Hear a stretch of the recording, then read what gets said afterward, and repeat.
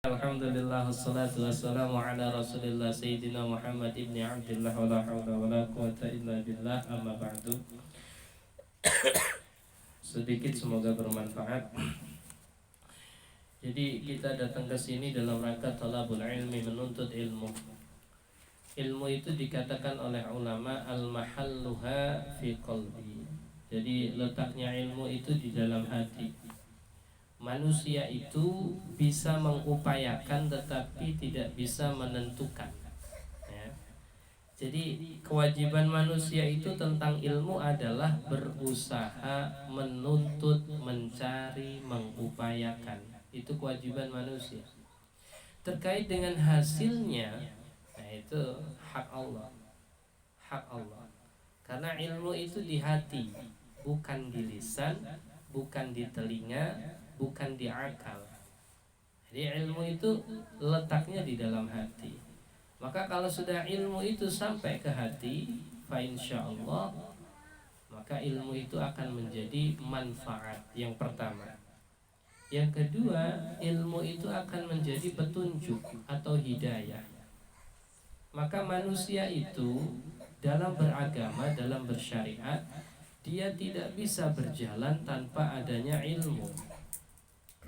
Pasti ketika seseorang itu berjalan, menempuh perjalanan menuju pada satu tempat.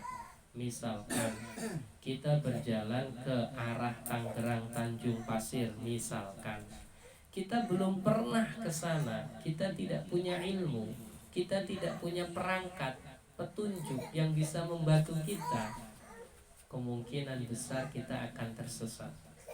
Hidup kita ini perjalanan.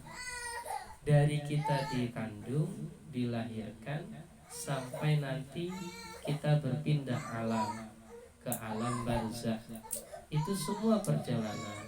Kalau perjalanan kita ini tidak disertai ilmu, maka kita akan susah.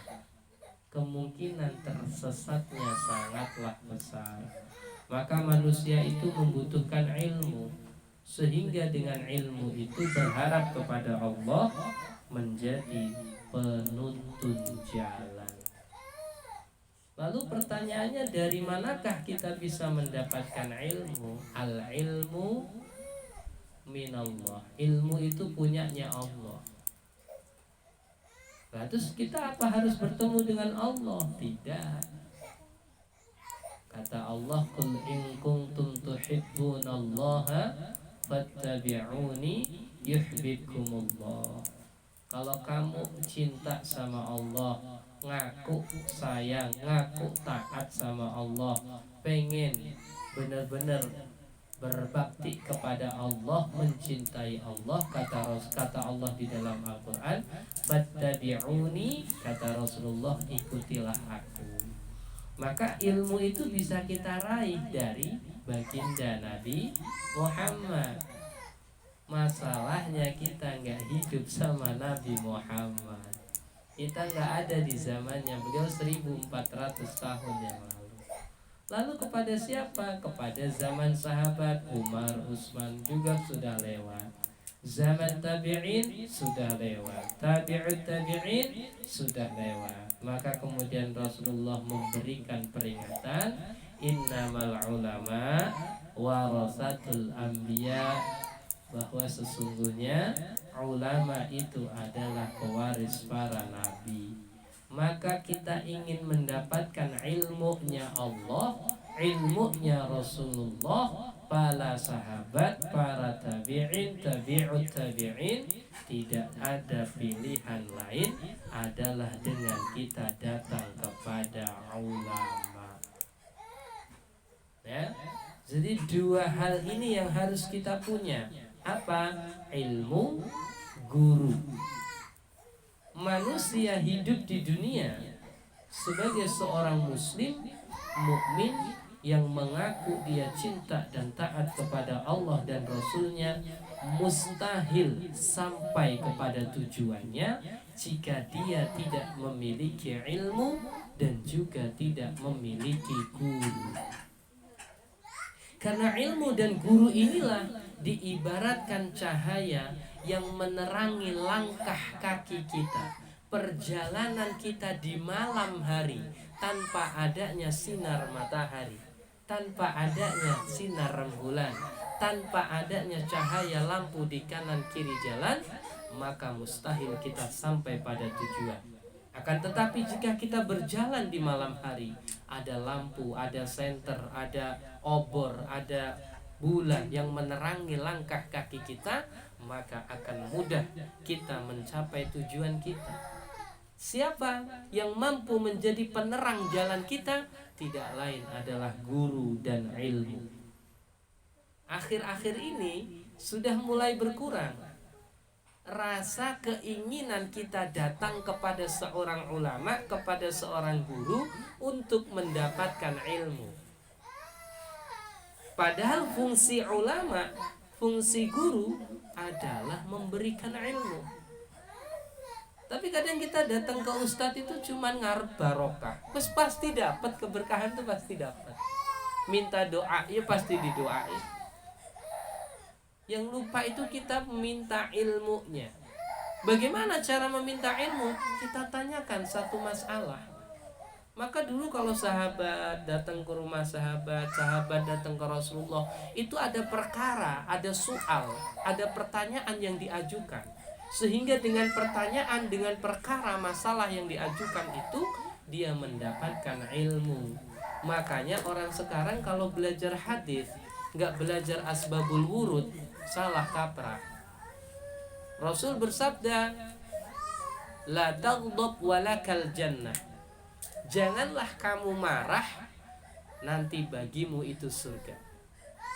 Hadis ini Rasulullah sampaikan itu dari susunan kalimatnya saja, itu secara personal, 1 lawan 1, 4 mata.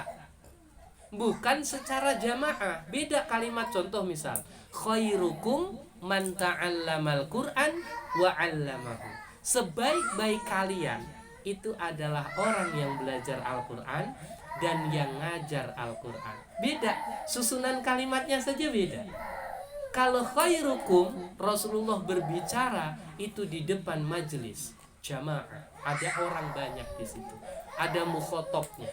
Tapi kalau la taqdob itu sifatnya mufrad. Rasul sedang menasehati seseorang dan seseorang itu sedang meminta nasihat kepada Rasul. Ini ilmu hadisnya. Maka la taqdob walakal jannah ini enggak semua orang cocok. Orangnya udah penyabar, pendiam kayak Pak Ali. Diajarin hadis la taqdob walakal jannah, ya tambah ciut. Orangnya udah pendiam, udah nggak banyak ngomong kayak Pak Narso, diem aja. Tiap hari diajarin la taqdob walakal jannah, ya tambah ambles. Ya. Jadi belajar itu harus sesuai. Maka kita butuh guru, butuh ilmu. Ya, di situ ya. Lalu yang kedua dan terakhir, yaitu tentang curang, tidak adil. Apa itu tidak adil? Tidak adil itu sebenarnya sama dengan zalim. Zalim, ma makna zalim? Wada'a syai'in la ala makanihi. Meletakkan sesuatu itu bukan pada tempatnya. Itu zalim.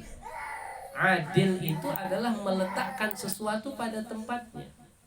Kalau memang 1 kilo, katakan 1 kilo.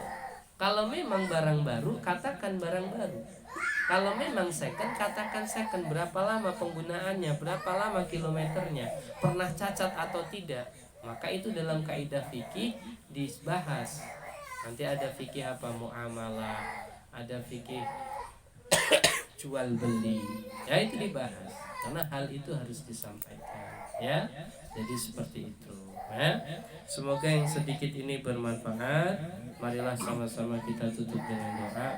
Wabil khusus kita doakan untuk saudara kita, orang tua kita, Bapak Haji Sunarto yang saat ini sedang Allah berikan ujian berupa sakit. Semoga Allah angkat penyakitnya, sehat walafiat. Juga anak saya ini Kahfi ini lagi panas, makanya nangis terus. Semoga Allah angkat penyakitnya, sehat walafiat, panjang umur. Kita semuanya diberikan panjang umur, sehat walafiat, hajat kita dikabulkan oleh Allah. dan kita senantiasa dipelihara oleh Allah, dijauhkan dari segala macam bala, musibah, wabah, penyakit, hasad, fitnah, riba, keburukan, kejahatan, min syarril waswasil khannas, minal jinnati wan nas. Al-Fatihah. A'udzu billahi minasyaitonir rajim. Bismillahirrahmanirrahim. Alhamdulillahi rabbil alamin, arrahmanir rahim, maliki yaumiddin. Iyyaka na'budu wa iyyaka nasta'in, ihdinas siratal mustaqim, siratal ladzina an'amta 'alaihim ghairil maghdubi 'alaihim waladdallin. Amin. Bismillahirrahmanirrahim. Alhamdulillahi rabbil alamin. Hamdan syakirin, hamdulillah, hamdan yu'addi ni'amahu yujabi mazida. Ya Rabbana wa lakal hamdu kama yanbaghi li jalali wajhika wa 'azimi sultanik. Allahumma salli ala sayyidina Muhammadin al-fatih lima ughliq wal khatim lima sabaq, nasirul haqqi bil haqqi wal hadi ila siratikal mustaqim, wa ala alihi wa sahbihi haqqa qadri wa miqdarihi al-'azim. Allahumma ighfir lana dhunubana wa liwalidina warhamhum kama rabbana shighara, wa li jami'il muslimin wal muslimat wal mu'minin wal ahya'i minhum wal amwat. Allahumma shfi anta shfi la shifaa illa shifaa'uka, shifaa'an la yughadiru saqama wa la alama, khususan ila akhina Bapak Haji Sunarto bin Fulan, wa ila hadrati ila Muhammad Kahfi, ashabul Kahfi bin Muhammad Widodo, wa ila jami'i aba'ana wa li ummahatina aina ma kuntum. Untuk semua yang sakit, semoga segera Allah berikan kesehatan dan afiat, angkat penyakitnya lahir wal batin ya Allah. Allahumma salli ala sayyidina Muhammadin tibbil qulubi wa dawaiha wa afiatul abdani wa shifaiha wa nuril absari wa diyaiha wa quwwatil arwahi wa badaiha wa ala alihi wa sahbihi wa barik wa sallim. Rabbana zalamna anfusana wa in lam taghfir lana wa tarhamna lanakunanna minal khasirin. Rabbana atina fid dunya hasanah wa fil akhirati hasanah wa qina adzaban nar. Wa sallallahu ala sayyidina Muhammadin nabiyil ummi wa ala alihi wa sahbihi wa barik wa sallim. Subhana rabbika rabbil izzati amma yasifun. Wassalamun ala al-mursalin walhamdulillahi rabbil alamin. Wallahu a'lam, wal maaf lahir batin. Wallahu muwaffiq lak wa mitarik. Wassalamualaikum warahmatullahi wabarakatuh.